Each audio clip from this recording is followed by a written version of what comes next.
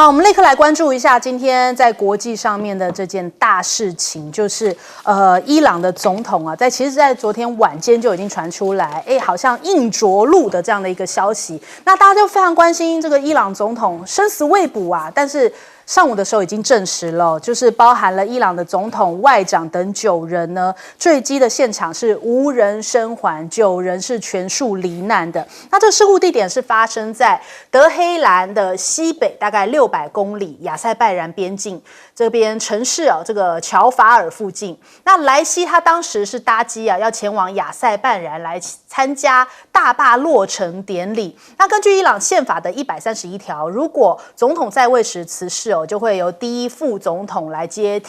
任这个总统的职务。接下来就由第一副总统跟国会议长还有司法机关的首长组成委员会，会在50天内来安排总统大选。那还有荷兰的媒体发布了搜索的第一手航拍画面，就是当时生死未卜的时候，他就有出动空拍机去拍发现哇已经烧成了废铁，所以看起来不容乐观啊。那后来陆续证实，就是说这个伊朗的总统莱西真的是坠机罹难了。德黑兰现在也是赶紧召开紧急的会议，但是大家也非常的担心说这样子的一起事件会不会也会造成接下来中东地区的动荡？美联社就认为说，因为现在伊朗的影响力来看的话，恐怕会造成中东地区的一些动荡因为伊朗数十年来一直在支持黎巴嫩、叙利亚、伊拉克、也门还有巴勒斯坦的武装组织。伊朗透过这些力量试图阻止美以方面的袭击那当然阴谋论也开始响起，很多人在看到伊朗出事的时候，现在直觉就会想到说，前一阵子发生冲突的以色列会跟以色列有关吗？那微博现在也在热议，是不是摩萨德出手了？就讲说这不是一起简单的事故背后有摩萨德的幽灵。这一起意外呢，这么多堆在一起，一件事情是意外那如果这么多堆在一起就不是了，这很像是摩萨德的风格那莱西在直升机失事前其实你看到还有这个最后身影拍起来也没有什么异状所以人家讲说这看起来有猫腻，这是不是有什么样的一个背后有人动手吗？有人幕后操刀这件事情吗？那以色列的摩萨德其实在过去都有相关的报道，到底有多厉害？建国70年涉及了至少2700起的暗杀除了枪杀，他们其实摩萨德还会利用采取各式各样的暗杀方式，包含了炸弹、绞杀、电击用毒运作的这样的状况十分的缜密，而且有条不紊。情报人员训练有素，而且会彻底深入研究被害者，也会严格的分析过去的暗杀行动，作为学习经验跟教训此外，这个摩萨德呢，他还有大批的支持者与帮手，比方说像是医生、银行家，以及可以提供诸如像是这种交通、住宿等现实需求的人。那莱西搭乘的这一次他搭乘的是美制的 UH-1， 这是在1979年呢，伊朗伊斯兰革命之前，美国卖给伊朗的飞机但是因为美国后来就制裁了伊朗，以至于这个伊朗很难以再获得零件，他们只能自行仿造零件所以妥善率一直是很勉强的，就是有待加强的，因为拿不到这个原厂的零件嘛。那现在还有这样一个消息，马上就跳出来 ，NBC 跳出来告诉大家，我们都还在猜的时候，第一个出来讲话的是美国，讲说，现在暂未发生任何存在谋杀的证据。人家觉得说这有点像是北溪事件每次好像是不是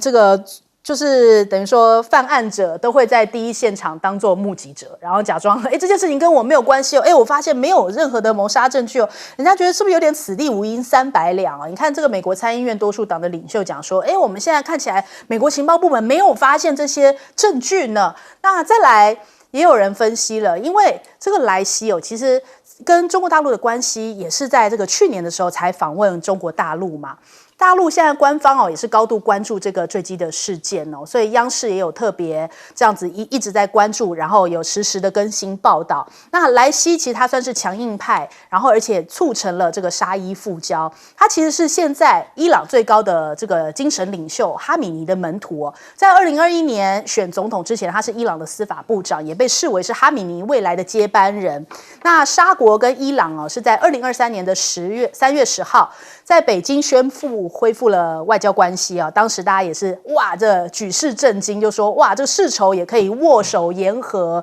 那所以当然，这是中国大陆促成的这样的斡旋，也是习近平亲自斡旋促成的嘛。那这个莱西踏出了这一步，也为这个政治遗留下了这样一笔。那另外呢，他是在2023年的2月份的时候访问北京，这也是事隔22年之后，伊朗总统再次对华国事访问。那还有，他也是主导了加入上合组织哦。那人家就想到说，你看他才这样子访问完中国大陆，也跟中国大陆关系很好。就像前一阵子我们才看到的斯洛伐克的总理也是被就是遇刺嘛，那他其实那时候原本也是预定6月份要访华，难道跟中国大陆走近的国家就会被什么样的一个力量给瞄准吗？这是一种巧合吗？我们来问一下介老师，介老师怎么看呢？其实伊朗这个常常是这种恐怖攻击、暗杀的对象，像这个也差不多4年前吧，还更早啊。那个他的革命卫队的这个司令官啊，苏拉曼尼，事实上就是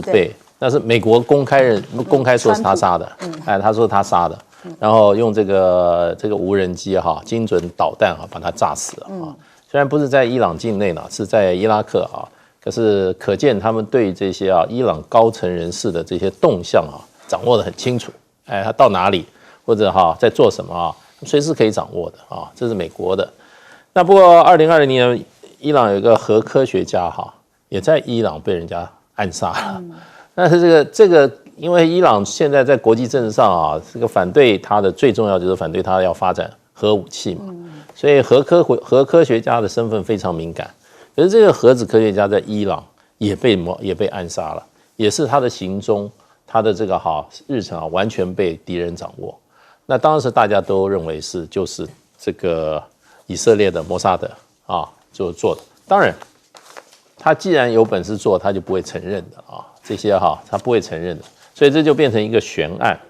不过最近整个国际上这种对政治人物的这种暗杀现在越来有升高的趋向。比如说日本的这个安倍晋三虽然他是因为他自己的家族长期跟这个统一教这个关系暧昧收取大量金钱，然后可是呢，造成一个家里他母亲被这个统一教搞得怎么样，家破人亡的一个受害者年轻人他这个心生不满，就把这个安倍就暗杀了。那不论如何的话，就是说这个国际社会这个整个我们这个地球上很多国家的政治都越来越走向什么比较极端，国与国的关系现在从过去全球化时代，大家一片和气大家都怎么样专心的发展经济的这个时代已经过了，国与国的关系也越来越紧张。那所以呢，这个伊朗在这个时刻他的最高领导人也不是最高，就是他的总统就是民选的那么突然这个发生了这个飞机坠机事件，当然引起各界的纷纷的揣测，那会认为这个以总统之尊事实上他们的行动各方面应该都是在最高的安全的被戒护之下，那还会出现这样的情况，大家就纷纷揣测。那你要知道，就是说在上个月，那么以色列曾经遭受到伊朗的攻击，对，伊朗那个时候没有很强烈的回应，所以你如果说现在跟伊朗这个以外部来讲最头号敌人当然是以色列，大家这样猜测说摩萨德做的我觉得也不是说没有一个思路的根据的，对，当然你要掌握到最后的一个证据那很难的。那不过美国这个时候露出马脚首先来公布这个说没有谋杀的证据，我不知道干嘛这个时候要跳出来那从犯罪心理学来讲的话，很可能他就是知道有知道内幕才会做这种事情当然了，这个是我们在这边推测的啦。好，来问赖老师。伊朗的总统死亡会不会引起伊朗的国内的政局动荡不安？目前看起来应该是不会因为最主要就是说他们的精神领袖已经第一时间就出手了也就是说稳住伊朗的政局，而且要求伊朗按照宪法的一个规定啊，那么宣布继承人啊等这些程序，那么继续启动，所以他已经出手稳住这个伊朗的政局。那我们要问的就是，那到底是怎么死亡的？那当然，机械故障的死亡率不能排除，但是被他杀也是不能排除，同样都不能排除。为什么？因为在没有获得更充足的证据之前，我们都不能排除各种可能性。那我们现在就先从他可能被杀的角度里面来分析啊。首先我们看到伊朗跟以色列的关系，事实上是这段时间是恶化的啊。首先是以色列炸了这个伊朗驻叙利亚的大使馆啊，他的旁边的领事馆，打死了伊朗新派任的几个民兵的指挥官。那伊朗就组织了反击，而且警告以色列不可以反击。那伊朗的象征性的报复行动没有造成以色列人的大量的伤亡。那以色列在那段时间似乎也在相当的克制下，没有产生再一度的反击，所以这个事件好像就告辞一段落了啊，这样的一个情形。可是我们觉得不以为然是在于哪里呢？是以色列的内塔尼亚胡目前他的政权开始被逼宫了。对，他的干支，也就是他组成的暂时内阁里面的最大的这个反对党的干支，这个领袖干支目前得到这个拜登的支持啊，拜登更支持甘孜，更讨厌内塔尼亚胡。那甘孜在这2天啊，前天突然间警告内塔尼亚胡，6月8号之前告诉我，你要去打南方，打完南方以后，你怎么有效治理？怎么安排这些难民？怎么安排这些灾民？你要告诉我你所有的计划，我们要审查你的计划可行或者不可行。如果你在6月8号之前没有给我的话，我要退出暂时内阁，我要发动提前解散国会、倒阁，然后重新改选。那甘孜的这样的一些动作，其实很明显的有美国的影子在里面，因为拜登跟甘孜的感情比跟内塔尼亚胡感情更好。我觉得内塔尼亚胡他面对内部的这样的一个逼宫，然后还有一个部分就是他的极右派说你不打的话，我就把你推倒。他左右两边为难的时候，那最好的方法是怎么样？扩大伊朗跟以色列之间的矛盾，扩大伊朗跟以色列之间的矛盾，杀了指挥官不够，最好就是杀了总统。杀了总统，那伊朗扩大了。动员他的所有的支持者，包括黎巴嫩的真主党，包括也门的胡塞组织，包括叙利亚，全方位的跟以色列，如果爆发更大的冲突的话，这个会逼得美国的外交政策马上转向，全力支持以色列的政府，而以色列的甘孜也没有话讲了。为什么？因为暂时内阁不能解散，以色列面临国家安全的危机，要全部一致对外，内塔尼亚胡的政权保住了。我个人的推断，这是从阴谋论的角度来推断。那没有证据，如果有一天有证据的话，我们的推断就站住脚了。好，李将军。我的推断倒是认为说是意外的失事。第一个，这架飞机它是 UH-1H 啊，这种飞机直升机我坐过，那时候这种飞机其实非常老旧，我们台湾已经淘汰掉了。第一个，它这个飞机其实动力是有限的，是越战的时候的飞机。那动力有限来讲，它就飞不高。你要越过山的话，你不见得过得去。你如果说没办法爬到更高的高度来讲的话，你会过不去。那我们这次看到它撞在山里面有很可能是说这架飞机已经是，如果说按照这个1979年到现在来讲的话，已经45年了。那这45年，伊朗已经被这个美国制裁，很多零附件没有供应给他。我很讶异，说是怎么总统还做这种直升机？那确实是非常的危险。第二个，其实这架飞机我们那时候坐，我们都不敢说一架飞机上面坐到9个人。这种飞机我们知道它马力不够嘛，就像是一部老车、老牛，你不可能说是坐满嘛。新车来讲，马力充足的话，我车上坐5个人。如果说是老车的话，顶多是坐2个人，3个人你要再爬上合欢山，你就爬不上去嘛。同样道理，它这架飞机可能为了随护或者是外交部长搭着一起过去，所以说飞机上挤了9个人。我觉得9个人重量太多了。第三个，我从什么来研判呢？我从坠落的那种下面来看的话，你知道直升机是没有降落伞的，你知道？其他飞行员战斗机飞行员可以背降落伞，但直升机来讲的话，它是不用降落伞。为什么直升机不用降落伞呢？因为直升机一旦故障的话，它那个螺旋桨还会继续转，也就是你利用最后的那种降力来讲的话，螺旋桨的那种升力来讲的话，啪啪啪啪啪，可以慢慢着陆。可是问题，它下来的地方刚好是山区，所以很明显看得出来，它是这个我们用一种词叫硬着陆的方式撞到地上，所以看到周边没有什么发生火灾或干嘛。那我个人是研判说是可能是这种，因为天后又是大雾，那飞机又这么多的状况之下，它可能在飞机性能不好、马力不够，你又坐那么多人，可能这种可能性很大了。但不管怎么样，这今天早上这件事情，我今天早上一看，对不对？我特别注意一下，这个黄金暴涨。大涨，到2440几块，涨了差不多20-30块，涨很多，每盎司涨那么多，可见全世界来讲的话，对这件事情是非常的关注。那后来他虽然说这个，尤其在这个伊朗跟以色列发生争执冲突的时候，伊朗又跟这沙烏地阿拉伯刚建交的时候发生这么大的事情，一定是全世界所关注的。那我们比较担心是后续来讲，石油的油价会不会因此而推升？这是我们这个就世界观点来看的话，影响到我们台湾。就会不会因此而油价有所推升？这是我们要注意观察的一件事情。好，我们先休息一下，广告之后马上回来。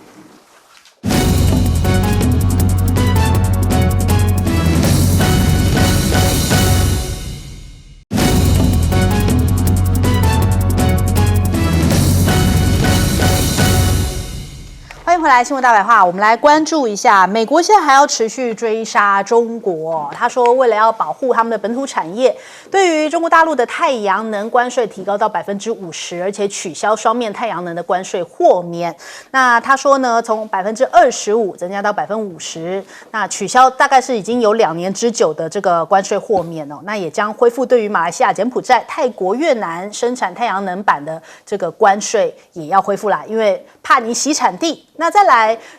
拜登说对华这个加征关税哦，但是反过来会不会美国的企业付出代价呢？因为其实美国有大概，他们说从中国大陆进口的这个半导体大概有60%是美国企业生产，并且在中国完成的。那最终的工序呢，也会再次进口的这个产品，美企今后有可能会被迫调整供应链。那特别是在这个 EV 占主流的车载锂电子电池方面呢，中国大陆占有全球的市占60%哦，石墨的供应更是有70%是仰赖中国大陆，加工精炼的依赖度也非常的高。那电池占了 EV 生产的成本大概3到4成。那所以呢，如果没有办法保证这个电池跟石墨的替代品的采购来源，对于美国来说的话，那可能是自己会害到自己啊，这个生产的成本反而会加增。拜登这样子挥一个关税大棒哦，那对于中国大陆而言，那感觉上面这个未必是符合中国的利益。中国现在最需要的是和平国际环境哦，那还有让中国开拓国际合作，解决自身经济的一个瓶颈。所以拜登呢，未来半年会持续加大来打击中国，但是中国却无需刺激它加速打击。那这个是这个香港星岛网的一个讲法啦。那中国大陆当然立刻也是给予一个回击哦，就是当美国提高了这个关税之后呢，中国大陆立刻这个商务部就批评，就说哎呀，你们在那边讲说这个电动车产能过剩这样的论调是完全站不住脚的。商务部的这个郑延士副主任他就提到了，他说现在产能过剩这是背离常理跟常识的，跟事实客观是严重不符。那当然立刻也给予了回击哦，就是说你们对台军售这些美企，比方说像是波音啊、防务啊、这个美国通用原子航空系统以及美国通用的动力陆地系统呢，也都被列为现在这新一波的制裁清单。美国现在加税严惩呢，恐怕影响入场是有限的。根据彭博的分析师讲说，短期来说啊，这些关税的措施对于中国大陆的影响其实不太大哦。那还有这个贸易报告说，其实中国大陆现在是非常关键的全球供应商，因为主要来说啊，这个要全面脱钩是很困难的，有将近50%是在中国大陆生产或者是这个供应商哦，那他们是很难以断链脱钩的。所以美国现在你就算嚷嚷个半天呢，你也未必能够真的脱钩成功。那另外特斯拉也被人家拍到这样的画面哦，就说哇，是不是滞销到这种程度哦？这个他们现在面临到产品阵容的老化，电动车市场降温哦，所以他们就被拍到了在这个密苏里州圣路易处一个关闭的购物中心停车场，他们来租借，现在放了400多台待售的车哦，当做库存堆放处。还有它的 FSD 也出现了状况，因为它竟然竟然有车主讲说，我使用你这个 FSD 功能你竟然有2次尝试直接这个开向正在通过的火车差点要去撞火车，所以他们觉得说挺可怕的。而且特斯拉现在在韩国也被烧过去了，老员工现在得要自愿离职，然后多发2个月的薪资，就是这一波裁员潮，现在韩国的特斯拉同样也受到了牵连。好，这首先我们来请教一下介老师，介老师怎么看？其实拜登这一波的这个对中国大陆的产品加征课征这种WTO 这个是个国际经贸法规所不允许的这种额外的关税纯粹是为了，我认为是为了这个怎么讲呢？这一波纯粹是为了选举而做的，是对这个相关产业，不管是电池这个汽车业，还有呢相关的产业的工会等于一种买票的行为了，那就是当作以牺牲中国大陆利益来满足拜登自己的选举的利益。那这非常清楚。美国过去选举的时候，他们的这个竞选人如果是现职常常是用这一种方法来，等于说相对的来买票。不过就长远来讲的话，美国事实上它是要用各种手段来打击中国大陆的经济的发展。因为过去美国一直是中国大陆最大的贸易伙伴那么中国大陆2022年我记得大概卖到美国的产品有将近差不多5000亿美元了。可是呢，经过美国的这个一番折腾以后去年到2023年那么中国大陆这个对美的贸易整个下降了11个百分点。那为什么美国要这样做呢？其实美国当然自己会付的，因为美国它不想作为中国经济发展的时候的一个怎么讲呢？一个贡献者，他的目标是把中国经济拉下来。那如果美国的市场是对中国大陆经济发展是一个贡献者，他当然要把这个角色转换了。所以长城的话，它就是要让中国的大陆产品从美国的市场一个一个的消失。他会只要能做就做。那它的这个快慢跟选择在哪里呢？就是说他把这个产品中国大陆产品从美国市场赶出去过的，不要同时造成美国社会或者美国相关产业更大的伤害。所以要看这个产品有没有取代性如何，替换性如何。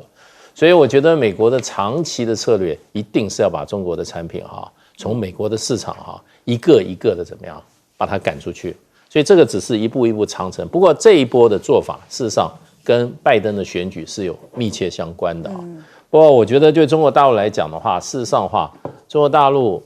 你可以看得出来虽然他不愿意跟这个美国在经济上有太大的这个脱钩可是中国大陆也不断的在怎么样，也在转移市场，也在转移市场。那么跟他要依赖美国的部分他也慢慢的在怎么样，在脱离。所以事实上的话，这个美中两国之间的这种中国大陆跟美国之间的这个经济斗争事实上已经到了一个怎么讲，我认为无法转圜的余地，就是慢慢往这边走。不过这个比较会影响得到的都是夹在中间的。就是在台湾来讲的话，我们知道夹在美国跟中国大陆之间。你看美国跟中国大陆斗争的话，就要把台湾的台积电抢到美国去。所以美中斗争是非常非常密。可是我们今天我们自己要认清一点的我们从现实角度来看的话，大陆是台湾最大的海外市场。我们如果没有从大陆一年赚进大概1500亿美金的这个贸易的入超的话，出超的话，我们跟世界其他任何地区的贸易我们都是赔钱的，加起来是赔钱的。所以在这个过程中，我觉得我们政府应该有一个良好的避险政策，而不是一面倒向美国。美国是不断的要撤出中国大陆。我想请问，台湾的产品如果从大陆撤出来的话那么我们有找到新的市场吗？比如说赖清德8年的这个南向政策，请问一下，我们跟东协国家的贸易有增加吗？这个市场是你如果说是你不是一个强势经济的话，你是很难去主导这个市场的方向。那美国是可以主导可是美国也付出代价。那我们台湾的话，说实话，我觉得在这个美中经济更加怎么讲，更加斗争更加激烈的这个未来的趋势之下，我觉得政府一定要很务实的，以台湾的经济发展，我作为最好的一个，作为最主要最高的考量原则。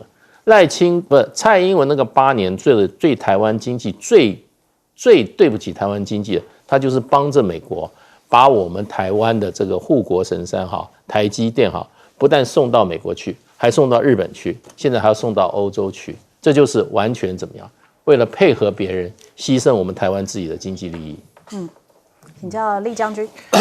其实美国现在拜登说跟这个川普两个人在彼此互相喊着要提高对中国的关税我觉得这完全就是这个选举操作的语言了。其实很好笑的一件事情，我特别请大家回忆一下，当初4年前拜登跟这个川普两个在竞选的时候，拜登讲出来是要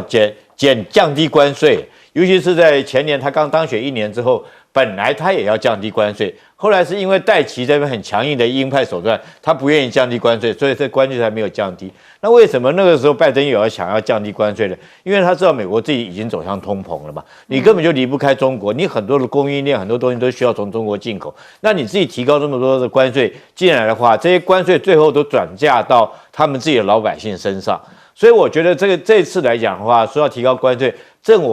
让我们看到说这两个老人在那边吵一场这个毫无意义的毫无意义的架了。然后第一个我们要知道，他说电动车要提高关税从25%提高到100%，这真的很好笑。你知道中国电动车在美国的占有率是多少吗？0.6%。那你提高这有什么意义呢？不过就是6,000,000，那你能够提高多少？而且中国在美国的电动车代理商只有一个厂商，那你这不是操作语言是什么？第二个，我们今天讲说这个中国先来新3样，也就是电服产业、电动车，还有这个电池。你知道这3个东西虽然说中国现在的量已经占到全世界的60%以上，那为什么能够占到60%？那第一个，它从供应链开始，它从原料开始、锂矿开始，一直到生产，它所有的技术都是中国自己的技术。那是目前来讲的话，这种专利、这种技术对全世界各国来讲已经是遥遥领先的。各国都必须要依赖这种东西，你根本就脱离不了。你今天如果说美国硬要提高这种关税的话，我跟你讲，那就是葵花宝典，对不对？欲练神功，必先自宫。你自己来讲的话，你要不要走向这个地球的这种这个能环保化，对不对？避免地球暖化的结果。如果说你一直不愿意接受这种新的太阳能、新的绿色能源来讲的话，你后果只有让自己这个地球更暖化的状况会更严重，你就让自己的通膨会更严重。好，赖老师。我觉得这一次在旧金山拜登跟习近平的会晤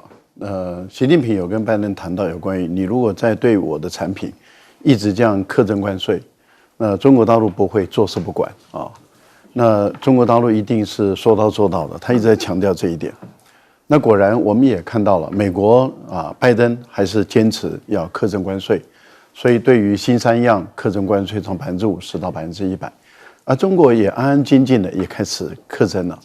因为中国采用的方法还是在 WTO 的框架下。美国采用的手法是违反 WTO 的框架，所以每一次在 WTO 被告的时候，美国的告诉以后，美国人就说我管你啊。那这样的1次、2次、3次以后，大家都会认定美国是霸权，美国是破坏整个世界的经济秩序，而中国都是在 WTO 的框架下的话，它就变成你比较难去批评它，你也难攻击它。那 WTO 的框架，大陆大部分都是胜诉方，对澳洲是如此，对美国也是如此。那这次采用的是什么方式呢？是反倾销调查。那反倾销调查，它打击的是非常小的东西，可是这个很小的东西，你不得不去正视它，就是石化产业。这次打的就是石化产业，也就是说，对石化产业的反倾销的调查开始启动了，而且会追溯到2021年。那这个石化产业做什么呢？它是做，例如说我们在电脑里面有一些像螺丝，不是像齿轮，塑胶的这种齿轮，其实就是用这种石化产业的原料做成的。而中国大陆自己本身生产制造大概在60万吨左右，可是全球大概在189万吨到190万吨，所以大陆的需求量进口大概在30到40万吨，而这里面绝大部分来自于欧洲、美国、台湾跟日本，所以台湾跟美国很多在大陆的厂商，他们所用的汽车的这些零料件。电脑啦、手机啦、平板啦，所使用的这些零料件的跟塑胶有关的这些，基本上来讲，那也就是从海外进口。那从这个地方开始的时候，那对台湾的石化工业或者是对于美国，还有对于台湾的那些在大陆的台湾厂，美国在大陆的工厂，其实都会构成一些问题了。也就是说，他要找新的货源，要不就是要抬高更高的一个价钱。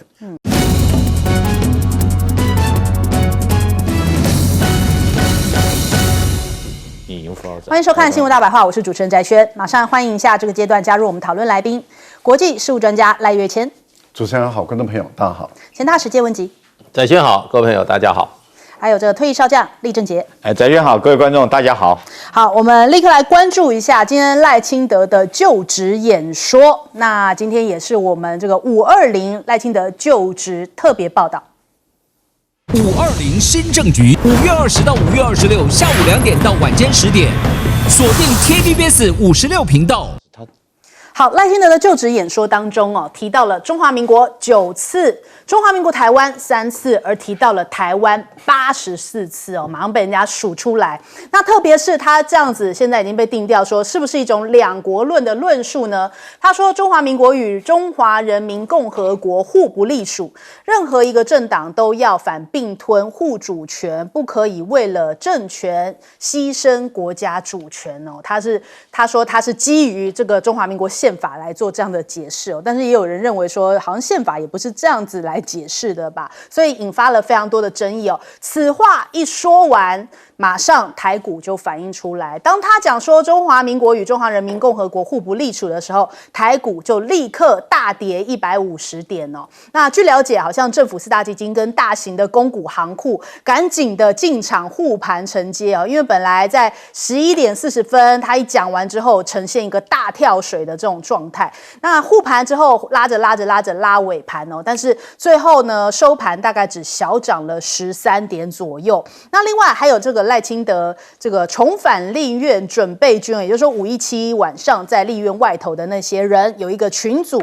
那群组里面也被截图出来，就说很感动赖清德终于执政了，真是眼角泛泪别小看赖清德的勇敢，还说要把那个烂宪法改掉，因为之前赖清德讲说中华民国宪法是灾难嘛，那他们就不断的喊着说现在要来修宪了。那如果真的是要走上这一步，现在其实中国大陆也是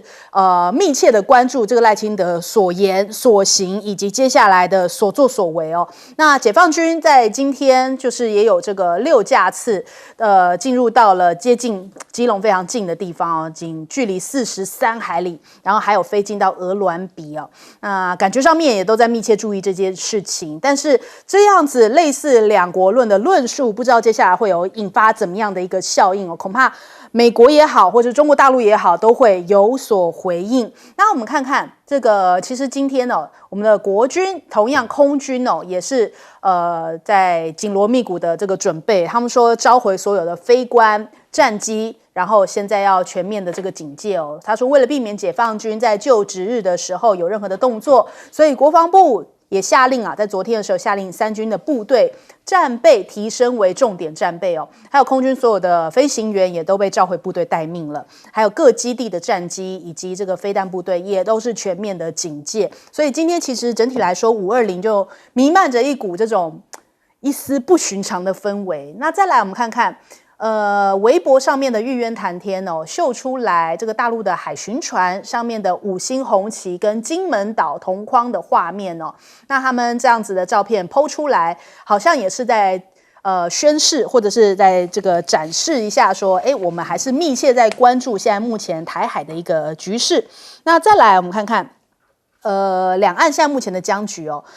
石化业者说希望政府赶紧出面，因为在520前夕，大陆的商务部有宣布说将要针对这个聚甲烷启动反倾销的调查。石化业者很担心说这现在政府跟大陆又没有交集，未来会不会有更多的产品遭到反倾销瞌睡而失去了竞争力。那大陆专家有提到了说现在这个绕台的演训虽然很多，可是其实不妨碍民间的交流回暖，所以他们说这个解放军预计不会对于台湾有这种针对性的或者是围台的实弹军演，但是呢对于台湾常态的警巡仍然会持续，不过呢，这样子并不影响520之后这个两岸民间交流的回暖哦，因为大陆可能也在看说这个赖清德今天的这个就职演说到底有没有释放出任何的善意，但今天大家好像听完，并没有对于这个大陆提到说民间交流的事情有所正面回复哦。那再来，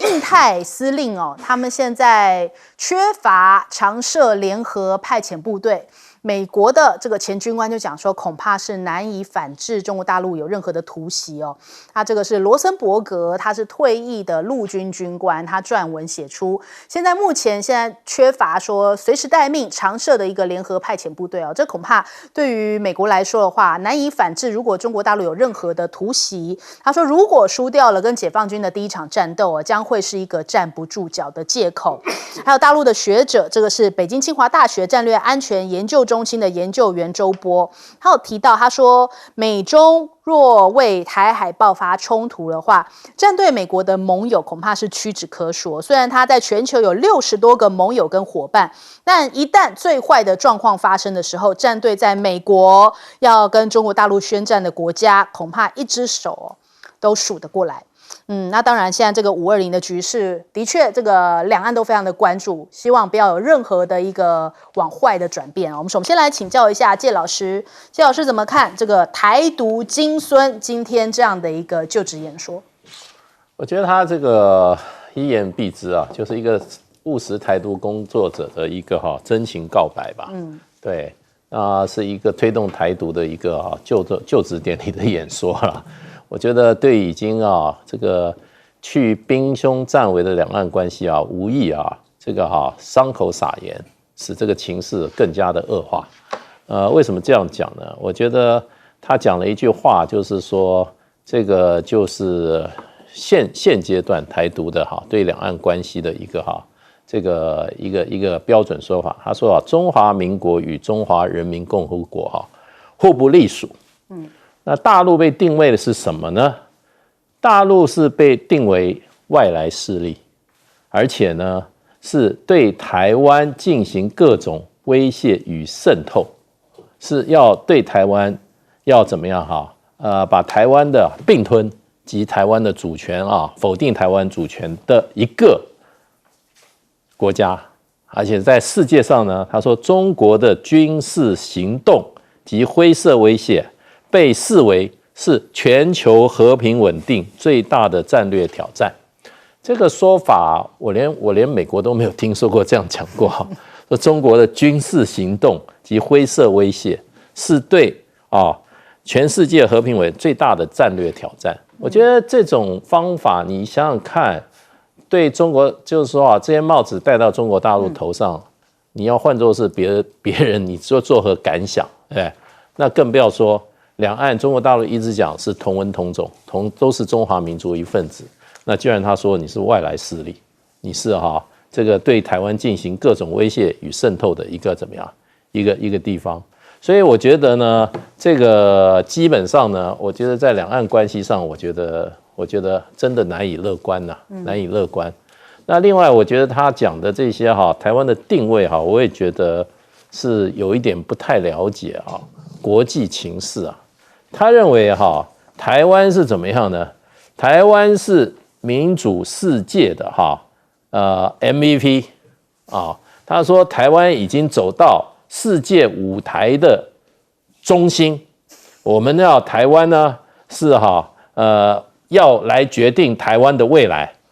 同时我们也要决定世界的未来。我老天啊！我们在台湾，我们投一选票，美国该叫我们爸爸。他基本上我们要决定世界的未来了。我觉得他对于国际政治是不是有一点太无知跟太天真了？如果他的世界观是这样，我们在决定世界的未来的话，那我们是不是要为全世界负责？我们到底是要为自己负责，还是为全世界负责？不得了啦！在台湾，我们是立足台湾放眼世界。他现在是决定世界的未来啦。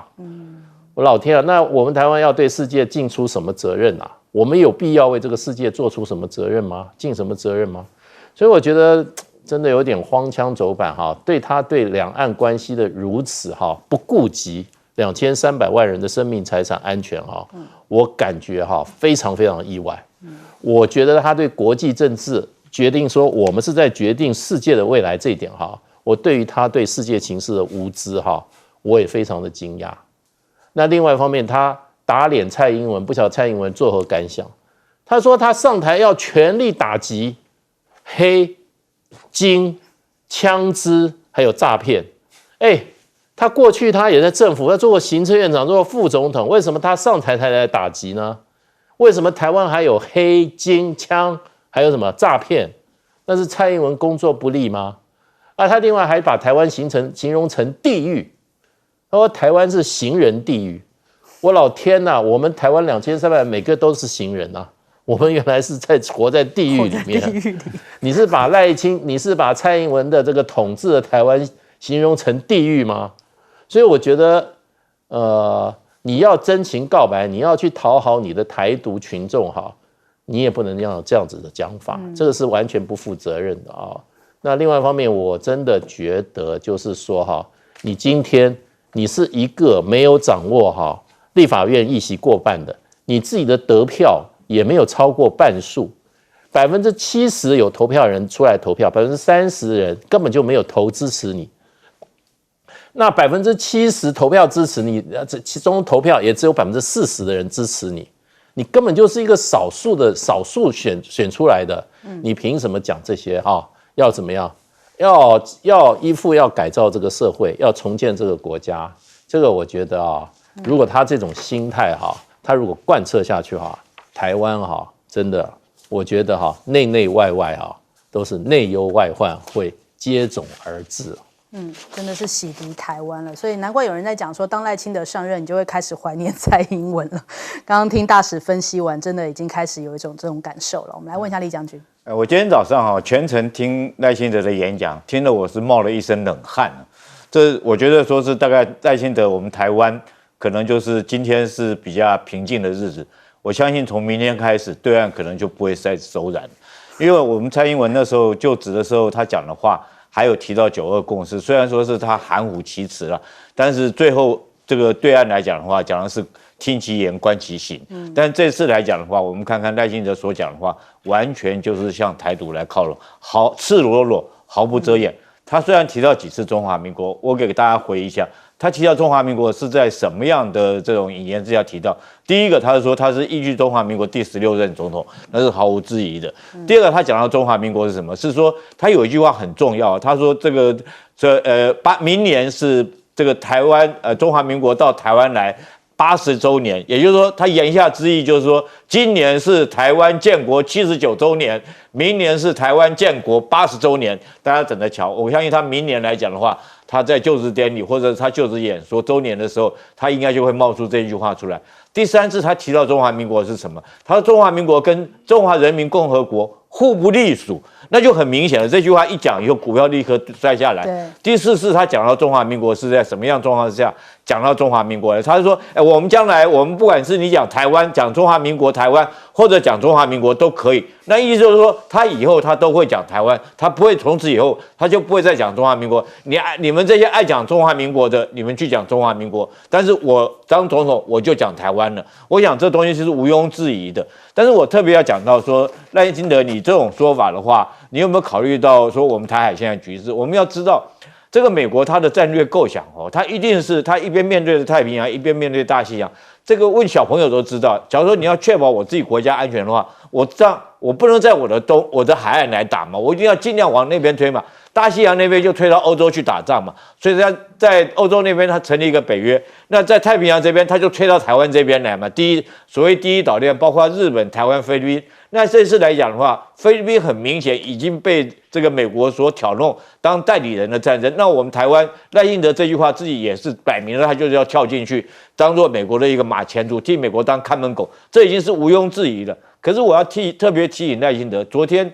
在前天呢，我看到蔡英文接受 BBC 访问的时候，他特别讲了一句话：蔡英文你当了8年总统，你现在才讲这句实话。他说中国和习近平这个一直没有放弃武统台湾的这种想法，但是中国要考虑是他的得失，他会不会这个经济后退10年？我特别要讲